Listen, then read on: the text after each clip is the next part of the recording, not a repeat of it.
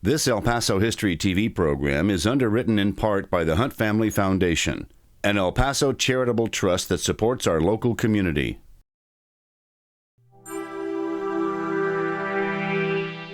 Moving on to Commissioners Court, Item 8. Approve and authorize the procurement process for a historical and architectural resources survey of downtown El Paso and its surrounding neighborhoods to promote historic preservation and restoration, and approve the use of hotel occupancy tax revenues to fund the survey services in an amount not to exceed $140,000. Good morning. Okay. All right. Good morning. Thank you all very much for allowing me to speak to you on this issue, and I want to thank all the folks here that came to show us their support for this survey. So, got a little PowerPoint presentation we're going to go over here real quick. This item is basically what we're asking is to get the ball rolling on a historic resources survey of the downtown area, Segundo Barrio and Chihuahuita. So I want to give a little bit of history on what's been going on here at the county for the public. In 2015, as you all know, we had a strategic planning session in the Commissioners Court. We identified the fact that economic development was to be one of our priorities for the near future and for the next couple of years. So as a result, on the 19th, we had an economic development planning meeting, and it came to be that heritage tourism was identified as one of our untapped assets here in the county. We also reached a consensus that historic preservation and restoration would be a great tool for the county to grow the heritage tourism industry. In the past, the county has been limited to its approach to economic development, and mostly I think we've relied on 381 agreements, providing those incentives to folks that bring in jobs and development. So the purpose for this survey is to, first of all, inventory El Paso's stock of historic buildings and the structures within this designated area, which includes downtown, Segundo Barrio, and Chihuahuita. It also allows us to further understand the historical and architectural contributions that each of the neighborhoods brings to the community. It'll help us to plan initiatives that improve livability, services, and quality of life. And another benefit here or point to make is that it will provide information for academic institutions to expand scholarly research on the area. And of course, it'll help future preservation and revitalization efforts to continue telling the community's story and hopefully reap economic benefits. And one of the ways that we can do that is by receiving a designation, a historic district designation from the National Register. So here is a map. I don't know if you can see it very well, but the yellow border is basically what the survey area would include. This area was arrived. The County Historical Commission arrived at the borders for this area. As you can see, there are various other historical districts that are in and around what we're proposing as the survey area. You have two local historic districts that are within the boundaries. That's the downtown area and Chihuahuita. And on the edges, you have various districts that some are both local and also are national registry districts. Old San Francisco, the Sunset Heights are both local and national. And then you have Rio Grande, Montana, and Magoffin. I'm sorry, Rio Grande and Montana, which are just national, and then Magoffin is also local and national. So the reason for doing this is, of course, the National Register designation, and this is what the designation entails. It's a National Park Service does this in collaboration with the Texas Historical Commission, and there's various criteria to for an area to receive this designation. Here about 4 of them. The first, I think, and the biggest one, most important, is the contributing buildings must be at least 50 years old and be associated with an important historical context.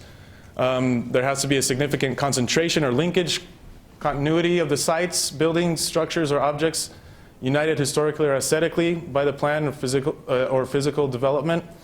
The district as a whole must have historical, architectural, engineering, or archaeological significance. And we're going to talk about contributing properties and what a contributing property is a building, structure, object on the site within the boundaries of the district that adds to the historical association, historic architectural qualities, archaeological values for which the historic district is significant. Contributing property must also retain integrity, meaning enough of its historical physical features to convey the significance as part of the district. The benefits of having this designation are quite astounding. So the federal government for many years has offered tax credits up to 20% of the cost of rehabilitation for eligible properties. And beginning just this year, in January 2016, the state of Texas has opted to offer a tax credit up to 25% in rehabilitation costs. So you can do the math. That's nearly half of what of the cost of rehabilitation can be recuperated. I think one important point to make here is that no regulations are imposed on property owners within the National Historic District unless the tax credits are applied to a project. I think there was some confusion when this was taken up by the city to that effect, and I just wanted to make that point. We actually have somebody from the Texas Historical Commission to talk to you here in a little bit if you have any questions on these issues. But I think it's very important to make sure that this is clear, that there are no regulations imposed on somebody unless they actually take the tax credit. And lastly here, the property owners within the historic district wouldn't have to go through a cumbersome process to list properties individually. From what I understand, the bar is set pretty high when you're trying to go through this process to individually register a building or a property, and this makes it a lot easier for many property owners to have their properties registered. Okay, I want to talk a little bit about the federal historic tax credits. In Texas, from 2001 to 2014, there were 123 projects that received these tax credits. That's about $816 million in qualified rehabilitation expenditures and $163 million in tax credits. And according to the National Trust for Historic Preservation, every $1 of historic tax credit leverages a minimum of $4 in private investment. And this is a comparison of El Paso to other cities. As you can see, El Paso, between 2001 and 2014, has only had 3 projects that have received the federal tax credits. There are about $228 million of qualified expenditures, and which comes to about only 2.8% of the qualified expenditures statewide. As you can see, Dallas took the lion's share. They had 23 projects with $369 million in qualified expenses. Houston, 13 projects with 20%. San Antonio did 12 projects at 10%. Austin, 7 with 4, and then Fort Worth had 10 projects and also 2%. Economic impacts of these tax credits. In Dallas and Fort Worth, there's been a creation of 5,844 jobs, and of those, 3,471 were permanent, and generating a household income of $229 million. In Houston, nearly 3,000 jobs created. Almost 2,000 of them are permanent, generating $113 million in household income. And in San Antonio, 1,500 jobs created permanent. Of those 921 are permanent, and we have 60 million in generated household income. So, you know, this heritage tourism, in my opinion, is an industry that's going to directly benefit from this survey and the historical tax credits available now through the state and the federal government. We believe, our historical commission believes that El Paso has one of the largest stocks of historic buildings, and we hope to see that proven through this survey. You know, heritage tourism is 5th among the top 10 tourism activities in Texas. 40% of travelers from overseas go to historic sites. 28% of Texas residents and 41% of non-residents participated in site activities during their most recent trip. The Texas average party per trip spending was $768 in 2012, but when people are visiting historic sites, it goes up about 35% to $1,200. And El Paso, unfortunately, only receives about 2% of heritage tourism dollars spent in the state of Texas. And you know, this is definitely a way that we can increase that amount, I believe. Looking at heritage tourism in other communities, I think San Antonio is probably one of the places where we definitely think about heritage tourism when we talk about it. You know, of course, they have the Alamo, they have their missions. The heritage portion of tourism there was $2.5 billion in tourist expenditures, about 52,000 jobs created, and $1.7 billion in salaries and wages. New and rehabilitation construction in historic districts over the past 10 years represent an investment of $1.4 billion, creating an average of 1,860 jobs and $100 million in wages each year. And that comes from the San Antonio Office of Historic Preservation. And you know, El Paso, we have so many great assets when it comes to these historic buildings. I mean, we have our Mission Trail, of course, which is older and I think more important to the significance of the history of Texas in the Southwest. And we're just not tapping into that. And of course, downtown within the area here, we have so many buildings, you know, for example, built by Henry Trost. And you know, we just have a great stock of historic buildings that I think that we don't even know about. You know, this, and that's what this survey will help us to do. So the fiscal impact that we're looking at to the county is about $140,000 is what we're asking for today for the survey. In the summer of 2015, the city of El Paso, when they were going through this process, they solicited bids from different companies, and an estimated cost was about $120,000. So I wanted to leave a little bit of a cushion just in case things may be a little more expensive. But we do have, I believe, money in our hotel occupancy tax funds sufficient to cover this $140,000 ask. And of course, the county is going to be working with our historical commission to identify grants and other types of funding that would reduce the fiscal impact. Here are just a couple of grants that we're looking at, hopefully applying for, and these are the maximum amounts. The Summerlee Foundation, we can apply for up to $50,000. The Union Pacific Foundation can give us up to $25,000, and the National Trust for Historic Preservation can give us up to $10,000. And so I think that's an important way to offset some of the costs if we can. We have a lot of support for this survey here in El Paso. This is a list of folks or organizations that have written letters in support of this. You have the National Trust. They were actually just here a couple of weeks ago, looking at our downtown at Segundo Barrio at Chihuahuita. You know, they fell in love with it, and you know, they've written a letter of support for this. Of course, the Texas Historical Commission, Senator Rodriguez, City of Austin. You know, we have also received about 53 emails, I think, to my email. I don't know if you all got them too. I'm sure you did, but 53 letters of support from folks within the community.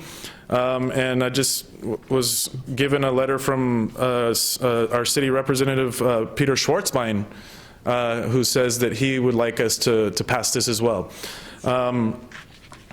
So, you know, and we have all these people here too that are, and some of them are going to come up and speak on their behalf as well. But any questions? Commissioner, thank you for that presentation.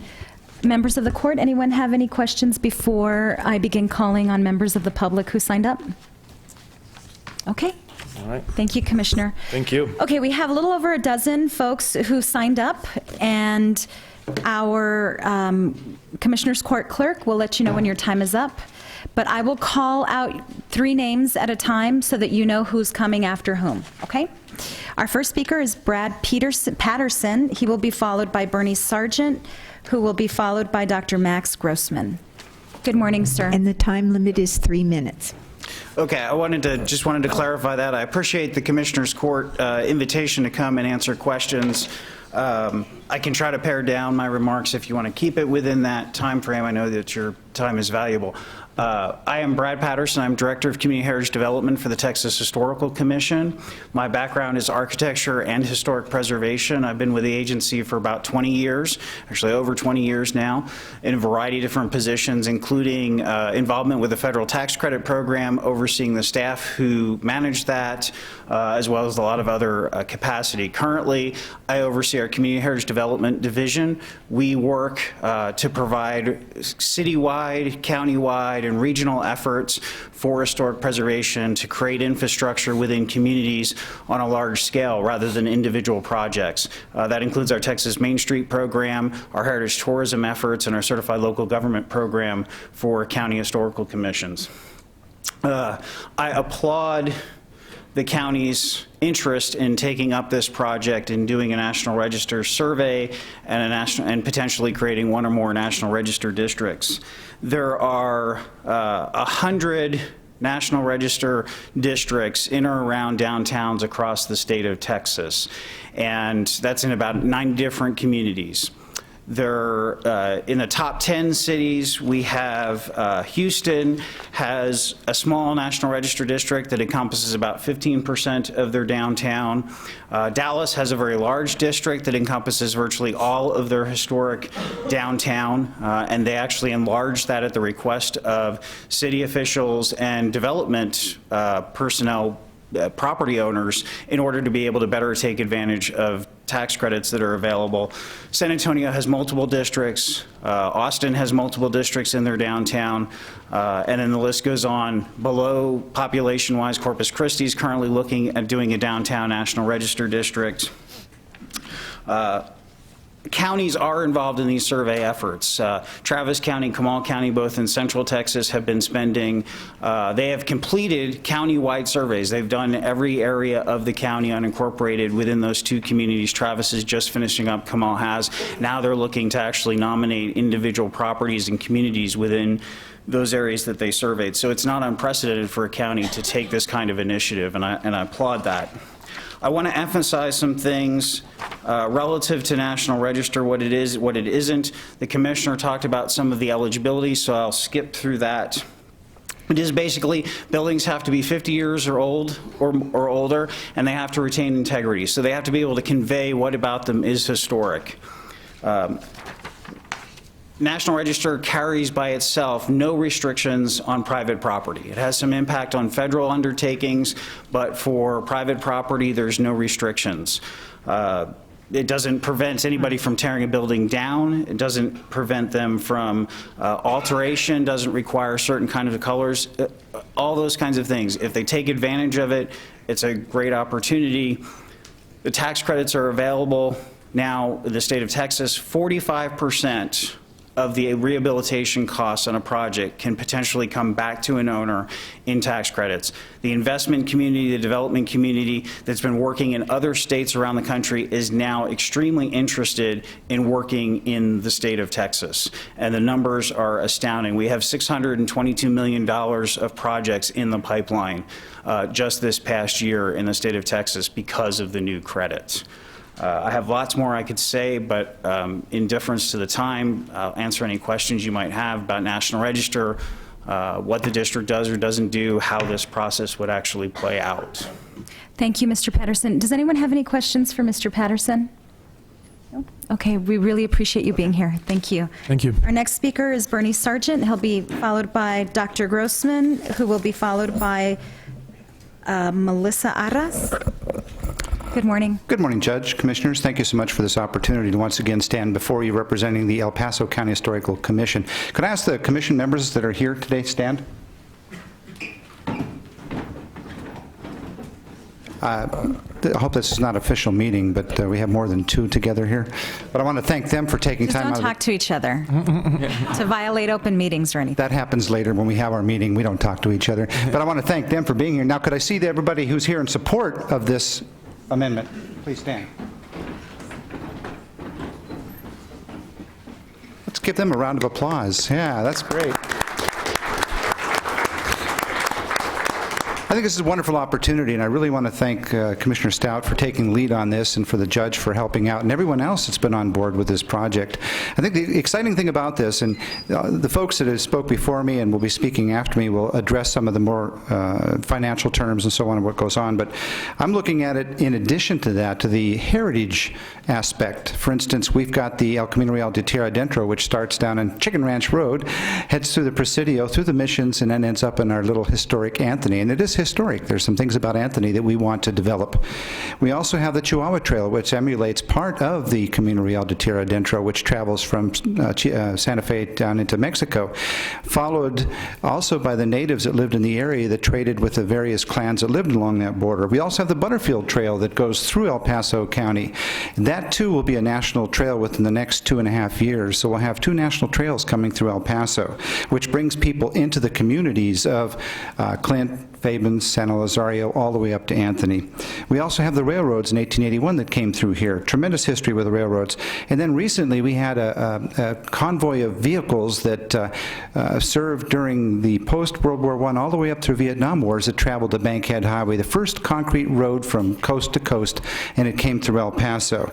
The old Spanish Trail, which also followed through El Paso, and now we have I-10. Now, our mission with all of this is to get the folks off the interstate so that they can come to El Paso, not through El Paso. By sharing our heritage, I think that's a valuable asset, and as Brad mentioned and as Commissioner Stout mentioned in their presentations, the value of heritage tourism, heads and beds, is critical, and it's something that not only the visitors need to learn about, but we need to create an esprit de corps amongst the community of El Paso as to what we have to offer throughout the whole county. And I really want to thank each and every one of you for getting on board with this and helping us and voting, hopefully, for this particular project to move forward. I'm thinking that when these people are driving through all of El Paso, especially downtown, and they see the improvements being made going into the future, it'll speak volumes to our commitment to our past going into the future. Thank you very much. Thank you. Dr. Grossman? Good morning. Good morning, Honorable Escobar, Commissioners. It is a great honor to be here today. I do have a PowerPoint. I want to thank you all for taking this up.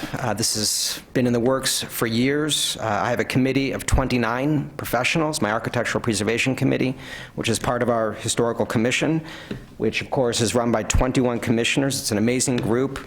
And we've been working towards this day for a very long time, so it's a great pleasure to be here. We're extremely grateful that you've taken up this measure. There are a lot of people to thank, of course, but I don't have time to do that here.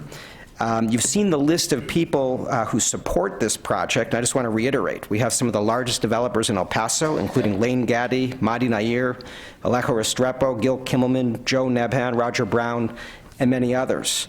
The HLC, the Historic Landmark Commission, voted 8-0 in support. We have unanimous support among our 21 commissioners. Of course, we heard we have the support of the National Trust for Historic Preservation, the executive director of the THC, the HPOs of 3 Texas cities, San Antonio, Galveston, and Austin, Senator Jose Rodriguez, city representatives Ordaz and Limon voted for the measure, and now we have the support as well of Peter Schwartzbein. Economic development has been strongly behind this, as well as the HPO of the city. Virtually every cultural organization in El Paso, including the Tom Lee Institute, everyone we've spoken to, the major neighborhood associations, Sunset Heights, Manhattan Heights, Kern Place, all support. The administrators of all 35 Facebook pages that are concerned with culture, history, the environment, reaching 110,000 people, unanimous support. Move forward a little bit. Beautiful picture of downtown El Paso circa 1925. I couldn't resist. Our effort has been focused on finding the least common denominator between the business and investment community and the preservationist community. And we developed this pro-business approach, of course, we've heard about it, that does not impose a single regulation on private property owners who own assets within our proposed district, but it offers a gigantic carrot, as we've heard, up to 45% of the cost of renovation projects covered, which is pretty extraordinary, including in the broad landscape of the United States. We looked at the survey area, and as you can see, around the edge of our proposed survey area, there are currently 5 historic districts and 2 local districts, downtown and Chihuahuita, that are included inside. Our survey calls for covering an area more than 15 times larger than our current local historic district. And for the first time ever, we'll comprehensively survey Segundo Barrio, where our commission has placed more historical markers than in any other part of El Paso. Possibly 2 national districts may result from this process. We might have a Segundo Barrio National Historic District and a downtown National Historic District. It really depends on the results of the survey and the recommendations of the CRM that'll be hired to carry it out. But I do want to make a couple of quick points. This is a little bit hard to see, so I apologize for that. There are currently 54 National Register landmarks in the entire county of El Paso. There are 24 National Register landmarks within our proposed survey area. I've plotted them with little yellow dots that are a bit hard to see. But what you can see is that most of those are in our local historic districts. There are 18 of the 24 located in our local historic district. Of those, 15 are Trost buildings. And you have 18 inside the local district and an additional 6 outside. And those 6 are the following: Union Passenger Depot, Old B'nai Zion Synagogue, U.S. Courthouse, Old Mexican Consulate, Toltec Club, and only 1 in all of Segundo Barrio, the Silver Dollar Cafe. In Chihuahuita, 0. And so we really have a total lack of recognition of our extraordinary architectural assets at the national level. Our survey is going to cover more than 1,000 buildings. And in my conversations with experts, we're expecting something like 70% or more of those buildings to be designated as contributing. So whereas now we have 24 buildings in the National Register that are eligible for these credits, it's going to be something on the order of hundreds and hundreds that will then be brought within the umbrella of these important tax credits. Let's move forward a little bit. That's our local district, which was established in 1993. Again, 18 buildings, 15 of them Trost, are considered National Register monuments. And I want to make this point. Of these 18 buildings, 8 of them, 8 out of 18 in recent years, have been renovated, are about to be renovated, or are now undergoing renovation. And in every case, tax credits are being taken advantage of, federal and/or federal and state. And so if you can imagine the scale, the magnitude of potential development, once that umbrella encompasses hundreds and hundreds of properties throughout all of downtown, and that would be extraordinary. And just thinking of Segundo Barrio, we can think of Douglas Grammar and High School, Bowie Bakery, print shops, grocers, countless adobes that date back perhaps to the 1870s and 80s, but we don't know anything about them. And of course, the Camino Real Trail, which is not even indicated along its urban tract through downtown. We know where it is in Socorro and Sant Eli and how it proceeds up to Santa Fe, but in downtown El Paso, Paso del Norte, we can't even see where it is, and all of that would change as a result. In Chihuahuita, 0. Not a single National Register monument. El Paso Laundry, 1897, would be a great candidate for restoration once those tax credits are in place, for example. Very quickly, I don't know if I've exceeded my 3 minutes, but You have. I So if have. you could, yeah, but it's okay if you can just wrap up real quickly. I'll wrap up real quick. I just want to point out that there are a number of buildings that might surprise you which are not on the register. The Crest Building is not a National Register monument. Can you imagine the effect of tax credits on a potential future project there? And there are many other buildings, like the Merrick Hotel, one of the last Victorians, or the Cable's Hammer Building on Texas Avenue, and also the potential to prevent future demolitions, like the John T. Muir Building, which we all saw disappear 2 years ago.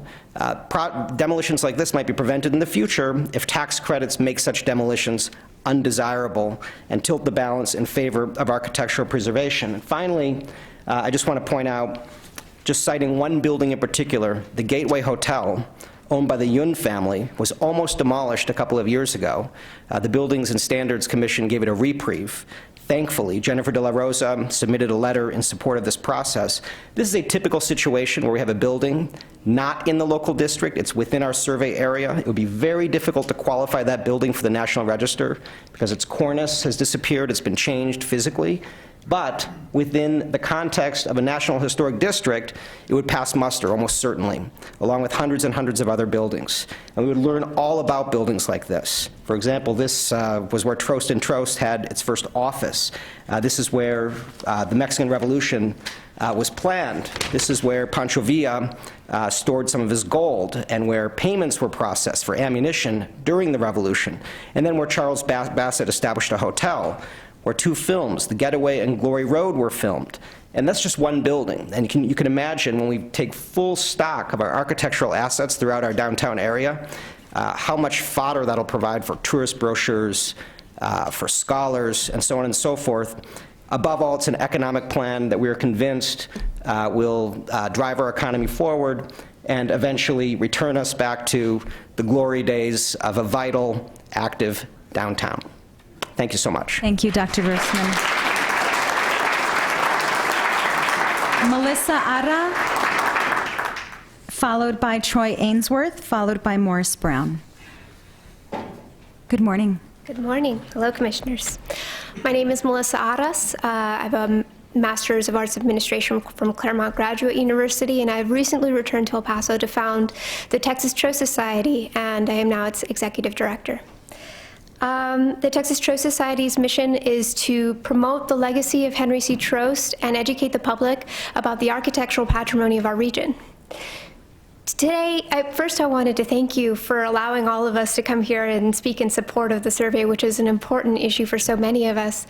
But I wanted to speak about something. We're going to hear a lot about the quantitative impact and benefits of doing the survey and nominating downtown to a National Historic District, but I want to speak to something that's a little less apparent. As a native El Pasoan, anytime I met someone who was interesting or incredibly intelligent, I would ask them, why are you in El Paso? What brought you here? And why are you staying? Why do you care about this place? And a lot of people my age have that same opinion.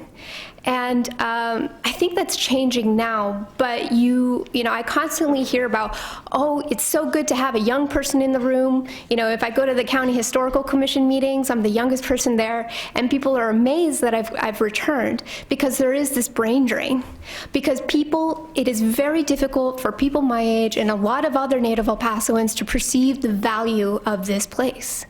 And the National Registry nomination would do so much to change people's opinions about El Paso and help them understand its value, in not only in terms of history, how important it is for in its place for the history of the U.S., the early history of Texas, and the history of Mexico, but also our cultural, culinary, musical, artistic worth and value. But you know, with time, if this is put in place and people are asked to come to downtown and they're given a place to flourish, we will see the value of the entrepreneurial and small business output for people who want to come downtown and they want to make this place their own. And people my age will come back and they will want to be here. And, you know, this is something that you have seen in a lot of smaller towns in New Mexico and Colorado, and I am convinced that something like this in giving that sort of incentive and boost will help young El Pasoans see the value and worth of El Paso and make them want to return. Thank you. Thank you. Mr. Ainsworth?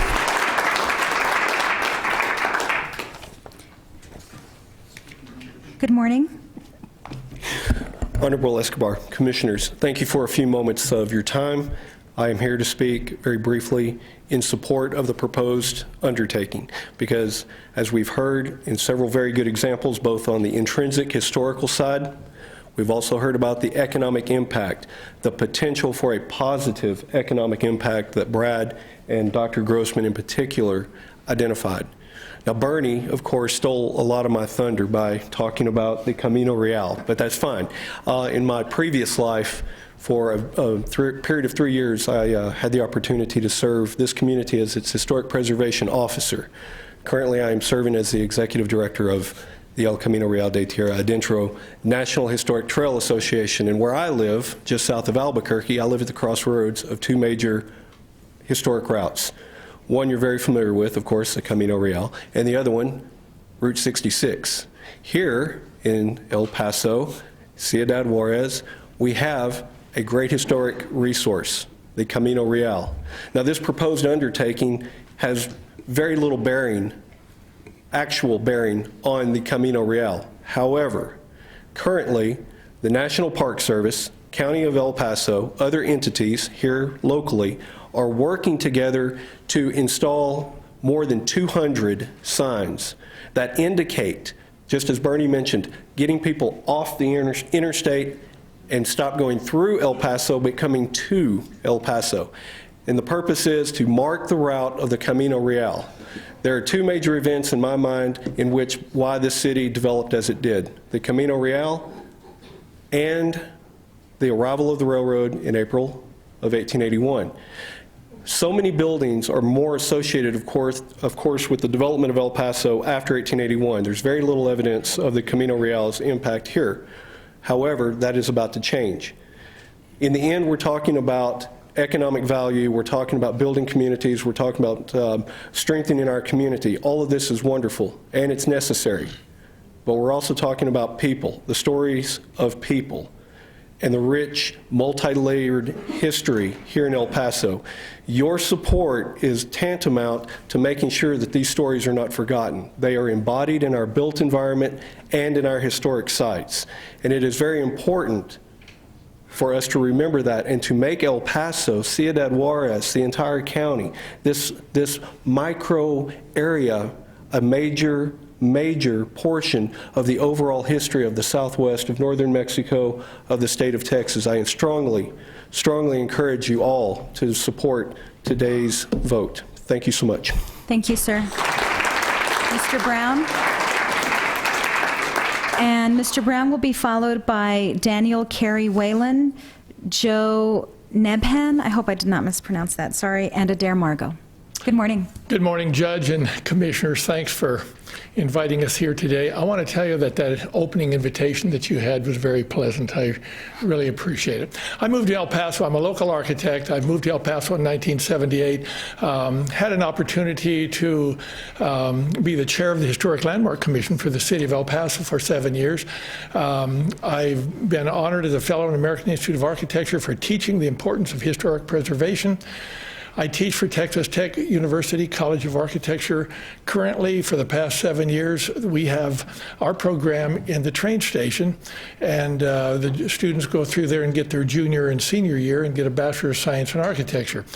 Every semester, we have an opportunity to take students to different cities around the country, and New York and Chicago and Miami and San Francisco and Los Angeles, and in between, in Dallas. The students get an opportunity to see how contemporary architecture fits into the old, and they also have an appreciation for the old. We had 50 historic preservationists come to El Paso about 1.5 years ago from Tucson to look at our architecture. They said their major architecture historical fabric had been torn down. They came here because they wanted to see what we've done. And they were just absolutely amazed with what this group had showed them, and to show that we have an interest in El Paso and continue to try to do everything we can to preserve our historical fabric. So when you go visit places in Europe and other towns, yes, the tall high-rises are intriguing, but what you talk about and what you see and what the children look at are the historical structures. And there's no reason that they can't be side by side. You all have an opportunity to do something here the city of El Paso has done for 9 historic districts in small micro areas. You have an opportunity now to protect a larger area. And I implore you to make the decision to support this particular activity. Thank you very much. Thank you, sir. Mr. Kerry Whalen? Good morning. Good morning. I actually have notes, even though I don't have notes, so we're going to try it this way. Good morning. I wanted to thank the El Paso County Historic Commission, Judge Escobar, and the County Commission for allowing me to speak this morning. My name's Daniel Kerry Whalen. I'm the coordinator of Museum Studies and Public Culture in the Department of Art at the University of Texas at El Paso. I've worked in cultural resource management for over a decade. I have a master's degree in urban planning and American studies, and I've essentially studied how communities create a sense of place. And I'm currently teaching a course at UTEP entitled El Paso Architecture, Urban Design and a Sense of Place.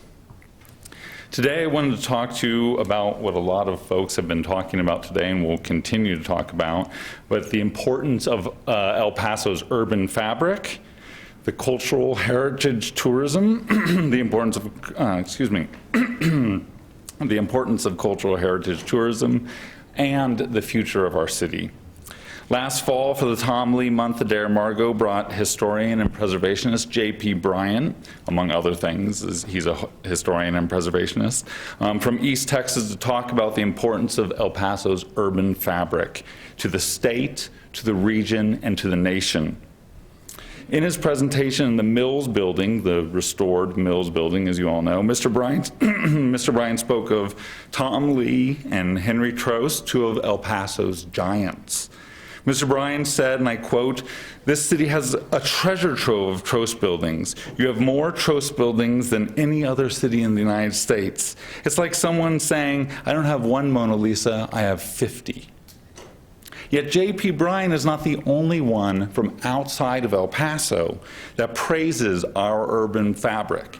In fact, when the city of El Paso hired the Dallas-based architecture firm, HKS, to examine the placement of the 3 signature bond projects, as you all know, the arena and the 2 museums, the historical center and the cultural center and the children's museum.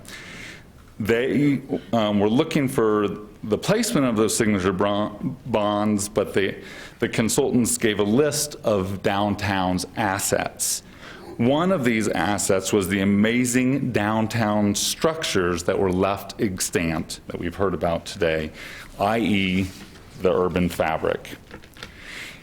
Yet it's not only organizations outside of El Paso that recognize the architectural treasures of downtown and Segundo Barrio.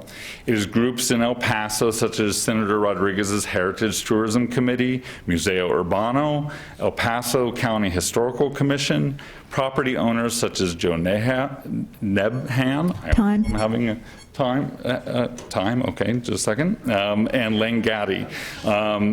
But I wanted to take one last moment, if I could, to talk about a project in the College of Liberal Arts at UTEP, working to create an undergraduate degree in heritage and cultural tourism. As you know, the cultural tourism industry brings billions of dollars to the state of Texas each year, and this unique program would build on our existing heritage, a heritage that is encased in the urban fabric of our city. Downtown and Segundo Barrio would be a living laboratory for the students in this region. They will learn firsthand the importance of this place. for our national and international histories. Thank you for taking the time. Thank you, sir. Thanks. Good morning, Mr. Nabhan? Nebhan. And you will be followed by Adair Margot, who will be followed by Margaret Smith. Good morning, sir. Thank you, Your Honor, and thank you, Commissioners. I am Joe Nebhan, the person that everybody had a hard time pronouncing my last name. I'm a member of the El Paso County Historic Commission.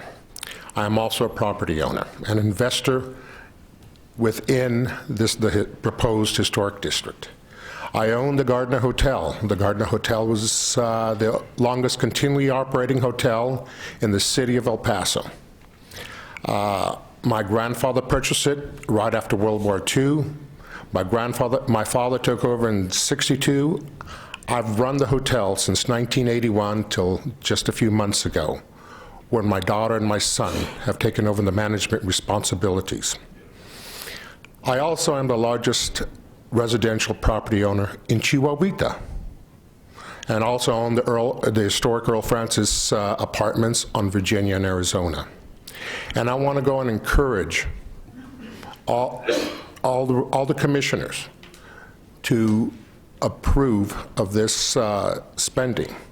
The Gardner Hotel has been paying the hotel occupancy tax for many years, and this is one of the true benefits that we could receive.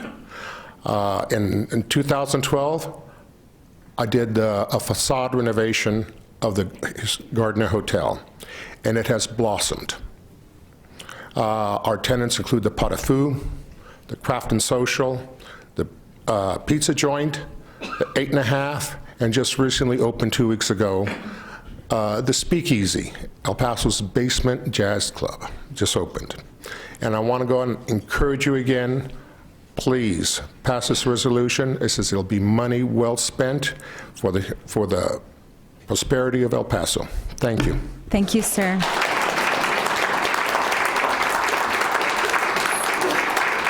Good morning. It's so good to be here, and thank you all so much for taking this up again. You know, it's been taken up before, and it was turned down, and I just can't tell you, every time Laura Bush comes to this community, her mother was from Cañutillo, and every time she comes, she says, I am so glad El Paso was never rich enough to tear everything down.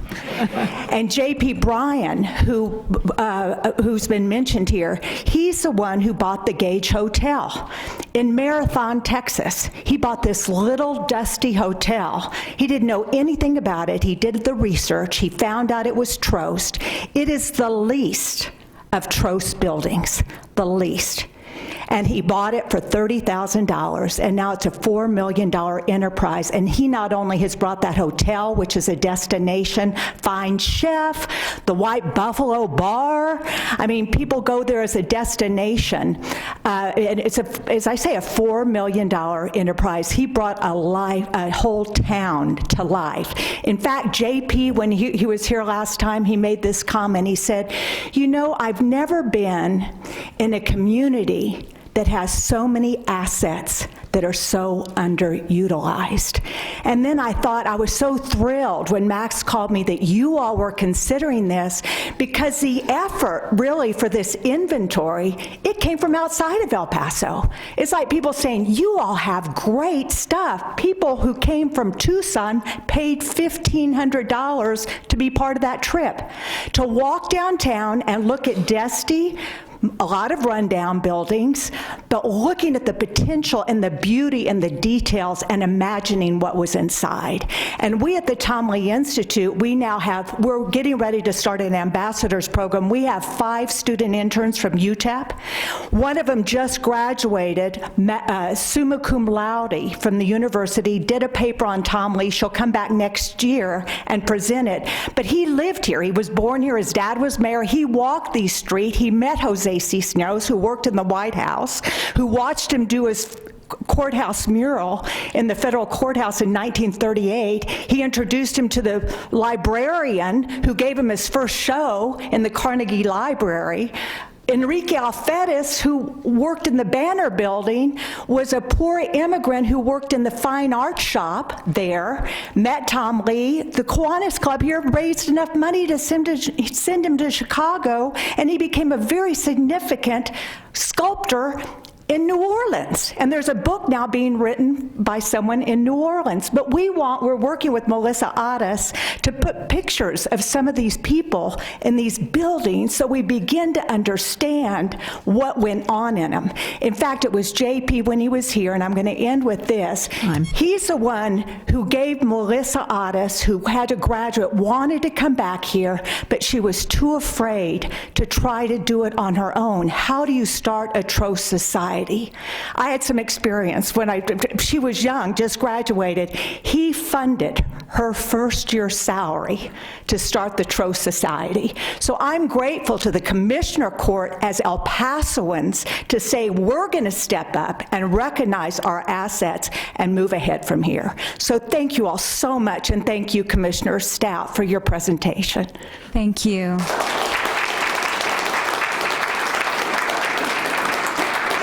Following Margaret Smith will be Edgar Lopez, Alejo Restrepo, I hope I pronounced that correctly, and Alex Duran. Good morning. Good morning. I don't own a building within the proposed historical area, and I can't speak from the financial point of view or how these buildings will benefit from the survey. But I can speak for my family's architectural legacy and the buildings that were built within the historic designated area. My great-uncle Henry Trost and my grandfather is architect Gustavus Trost. The architectural legacy of the firm Trost & Trost extends into Arizona, New Mexico, and West Texas. But it is here, in El Paso, where my family settled and the firm began to build the city in 1903. In 1980, Professor Lloyd Engelbrecht and his wife June Marie, a native El Pasoan, wrote the book Henry Trost, Architects of the Southwest. In their research, the Engelbrechts documented numerous buildings designed by the firm in El Paso. And over the past 5 years, I have continued researching and locating additional buildings designed by the firm in El Paso. Several of those additional buildings are located within the intended historical survey area. By designating this area as a historical, it will provide the needed time to research, document, and study the rich architectural history of El Paso. In addition, it will also provide building owners the much-needed tax credit to refurbish and renew their buildings. Thank you for your time in considering this very, very important matter. Thank you so much, ma'am. Good morning, Mr. Lopez. Good morning. I'm Edgar Lopez. I'm an architect, owner and partner of In Situ Architecture, a local architectural firm. I've been practicing architecture for more than 20 years in our community, and I have the opportunity to work sometimes on historic buildings, and it's as rewarding as design new buildings, especially when you are preserving, restoring, reconstructing, and rehabilitating buildings. You find so much history behind those buildings that the architectural style that we don't have that anymore. So having this survey is a great opportunity for our community. It will create jobs, not only in the architectural field, but the design field for the owners, for the developers, for the users. Not only benefit economically, but culturally, and also environmental. Environmental is the best way to support the sustainable is not to destroy. You're not gonna waste energy in destroying or building something new. I have the opportunity to live in many cities and also travel many cities. And what is special about those cities is when they have the mix of the new and the old. And not only as an architect, but as a human being, you appreciate that. You appreciate whatever history of those cities and those countries are, is where you go back. And that's what makes you sexually and economically viable to those cities. So I ask you for your support. Thank you very much. Thank you, sir. Mr. Restrepo, did I pronounce your name correctly? Very much so. Thank you very Great, much for thank the you. opportunity of speaking here today. My name is Alejo Restrepo. I moved to El Paso 16 years ago. My family and I have been investing in downtown El Paso because we saw a beautiful opportunity back then. And we feel that, we strongly believe in downtown El Paso. I would like to share a success story about one of our buildings that we just finished remodeling. It's a 100-year-old building in the Union Plaza called Essex Alley.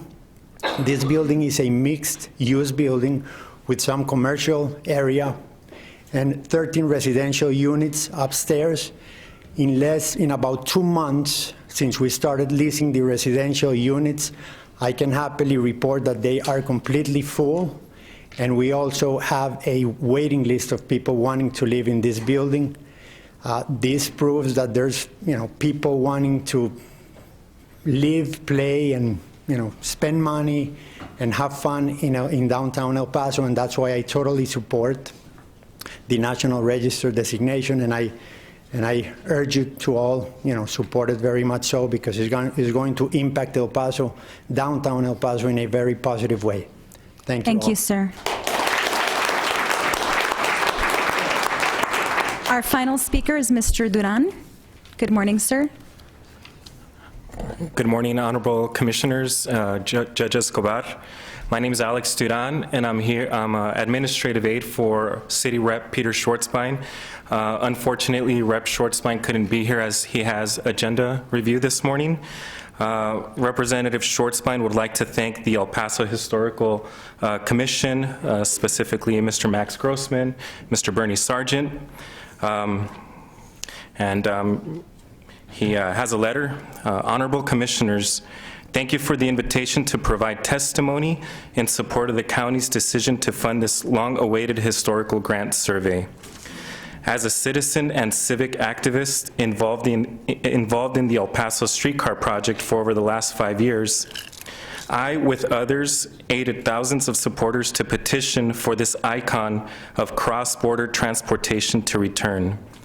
Now that construction is underway, the funding for this historical survey of properties along the downtown corridor is a vital step forward to maximize our city's economic and cultural future. I am pleased that our community has found a way to find success. Hence, I encourage this honorable body to decide favorably and expedite this funding. Respectfully, Peter Schwartzbein, District 1 Representative. Thank you, sir.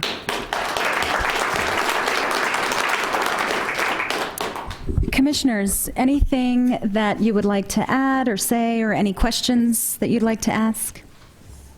Commissioner Pettis? Actually, I have a question for Mr. Patterson. Sir, thank you for traveling to El Paso, especially you were here on Super Bowl Sundays. Well, I've been to El Paso many times, including when I was in graduate school. I have an affinity for this community, and I would second other people's statements. You have a fantastic collection of buildings in this community. There's a tremendous opportunity. Your stock of architecture, not just Trost, but your stock of architecture and buildings is as good as anywhere else in the state of Texas. Thank you, sir. My question, I know we spoke a few months back about the possibility of El Paso County getting the certified local government status. I guess just generally speaking, how much in grant funding does your agency provide throughout the state in grant funding for a variety of historical preservation projects? And typically how much, if you have any, just a rough idea, has gone to the El Paso area, or where primarily does it? We have a few different grant programs. Our Certified Local Government program, we are required to send 10% of the federal funds that we get on an annual basis onto communities that are cities or counties that are designated officially as certified local governments. That has been averaging around $135,000 each year. Sometimes we're able to up that number with state funds or other sources to be around $150,000 a year. It is surprisingly difficult to give away free money, amazingly enough. As far as how much has gone to El Paso, I don't unfortunately have that information offhand. In recent times, We've not had a certified local government grant to the city of El Paso that I can recollect, other than the one last year for $56,000 that ultimately was not accepted. Trust fund, we've had some projects in the past. I believe the Women's Club building and a few others have gotten some trust fund from us in the past during that program. I'd be happy to try and find out that exact information for you, but I don't have it off the top of my head. I guess what, if there's anybody who, my question is, what, if the Commissioners Court were to approve this funding, what are the next steps? How long do you anticipate the survey to take? And then, I guess, how does the Commissioners Court, I guess, we always try to look at metrics, judge the success of the survey in terms of, do you anticipate property owners to take advantage of this? I'm just kind of looking as to what the next steps are for the survey. Outside of your county procurement process of actually bringing on a cultural resource management architectural historian to be able to do this project, I would say that for the magnitude of this survey, you were probably talking 5 to 6 months of field work. And what they actually do, they'll do archival research first to really establish what they don't know about the history of the community, its development, particularly the different neighborhoods. They'll look at historic maps, Sanborn fire insurance maps, those kinds of things, to, before they touch the ground, kind of understand where the historic resources probably are. Then they'll do, most of their work will be just actually walking up and down every single street, and they won't, there's no private entry or anything else that goes on. It's all done from the street or public right of way. They don't really collect ownership information. Those kinds of things are not really a factor. Condition is only to a limited degree. They'll photograph each building a couple of times, and then they compile that and try to figure out, confirm, yes, what's historic and what's not, and where boundaries should be. It wouldn't be surprising if you have a couple of different districts come out of this. The entire survey process could easily, because of the magnitude, take a year or a little bit longer of actual work and then getting through the process.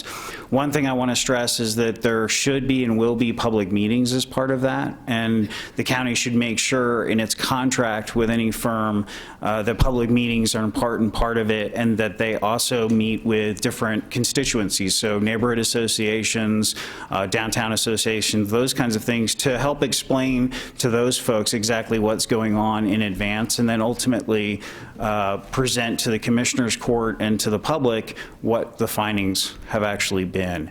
The National Register designation itself will come out of the survey, and any district or districts that come forward would then be nominated to the National Register. There'd be opportunity for public comment on that.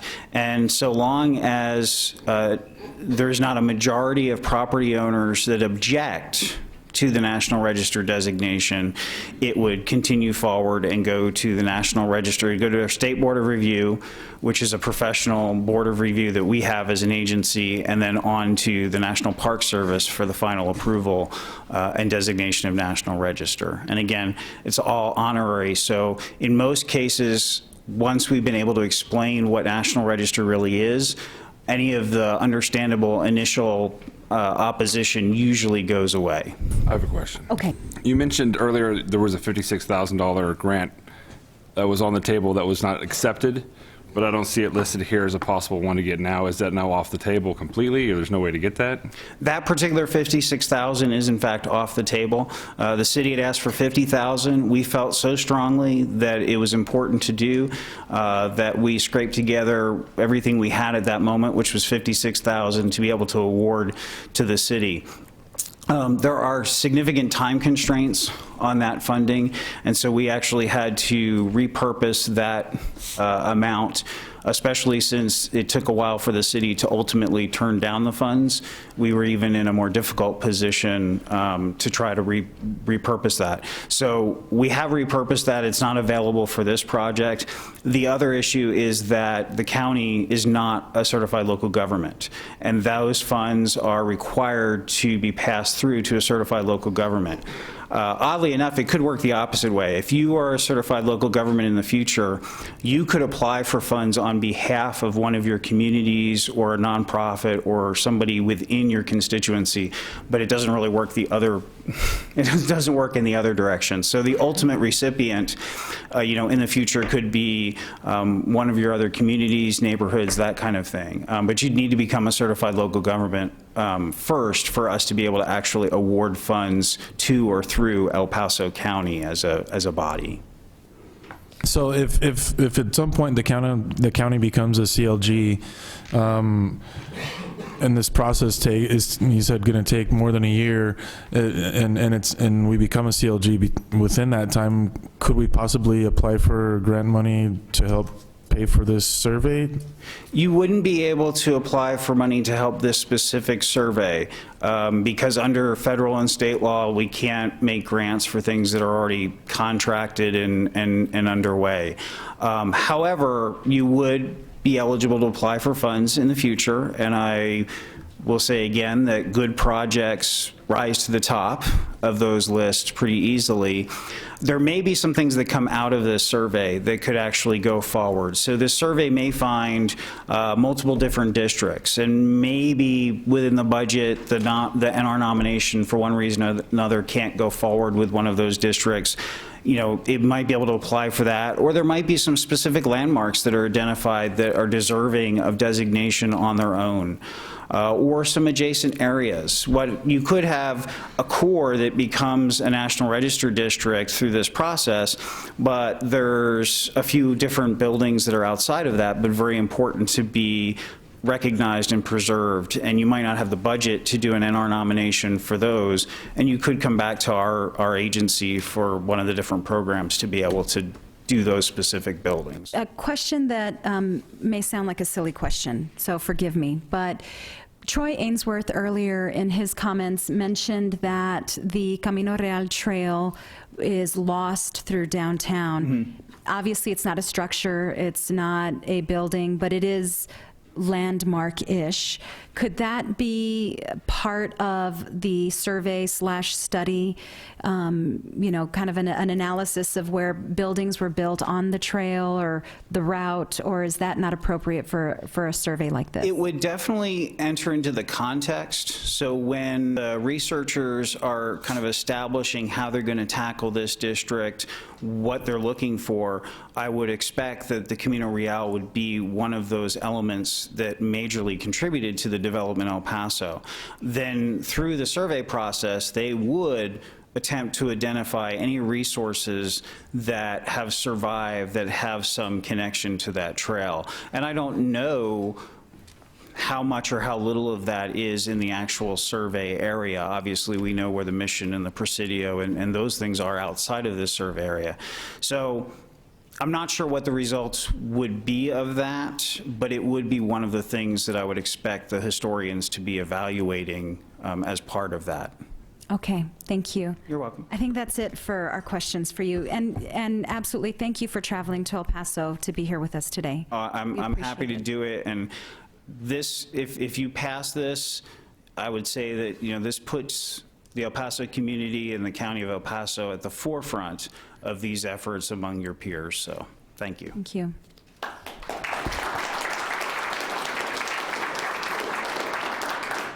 So I'd just like to publicly thank Commissioner Stout for the work that he and his office did to bring this forward, to provide the opportunity for the Commissioners Court to vote on this today. I also want to thank the Commission because you all are volunteers, and we honored 2 of our volunteers earlier today who serve on the county's Ethics Commission, and really the same gratitude goes to each and every one of you for spending so much time devoted to helping us preserve our historical assets.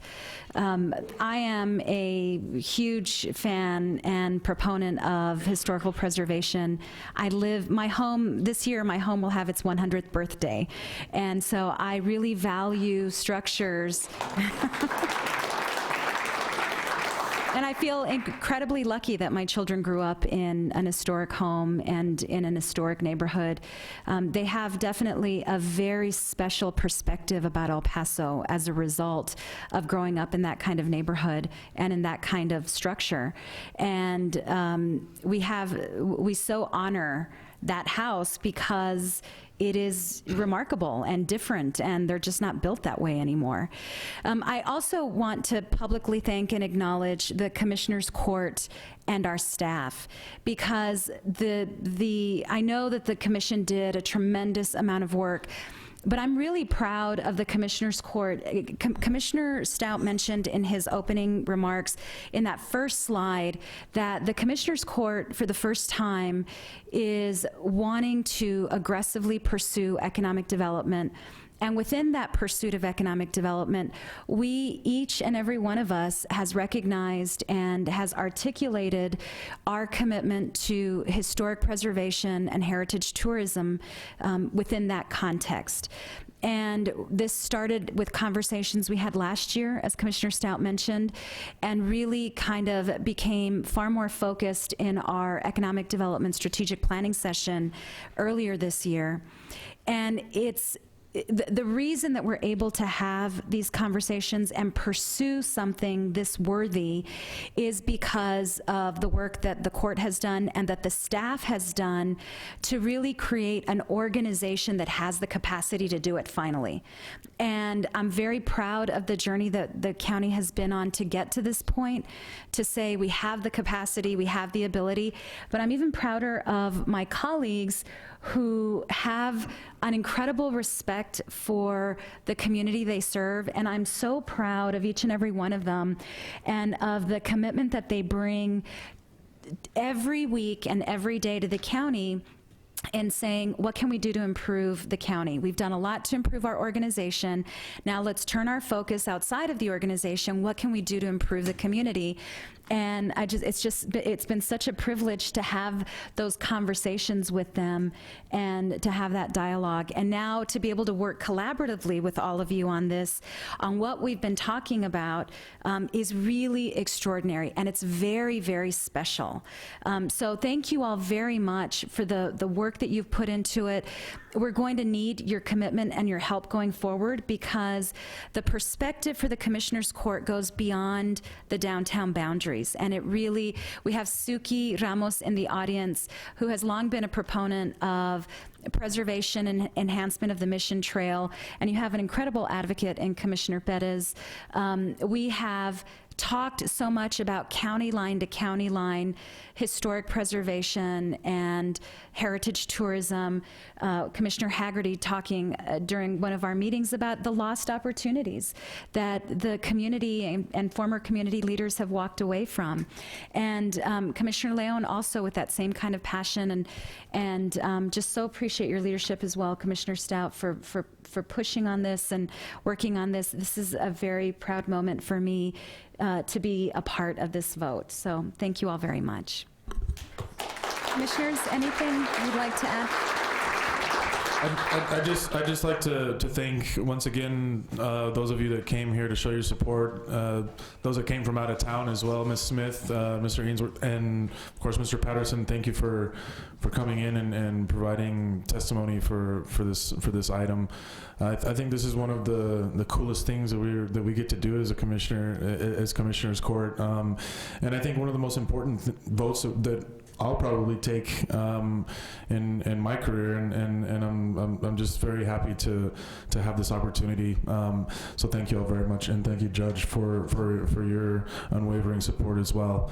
I'm going to go ahead and make a motion to approve and authorize a procurement process for the Historical and Architectural Resource Survey downtown El Paso and its surrounding neighborhoods to promote historic preservation and restoration, and approve the use of HOT revenues to fund the survey services in an amount not to exceed $140,000. Excellent. Do we have a second? Second. Was that Commissioner Leon? Thank you.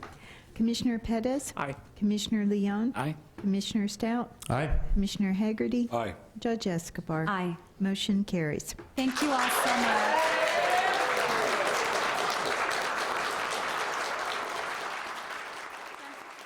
Yeah, this is a fantastic opportunity for the El Paso community. You've got thousands of buildings that potentially are eligible for the National Register, and this survey process will help everybody, community leaders, state leaders, understand what you really have, why it's important, and then be able to translate that into economic terms, and bring investment into the community that is sorely needed. I think it would, as well as we could possibly expect. We had 100% vote supporting what we're trying to accomplish here for all of El Paso.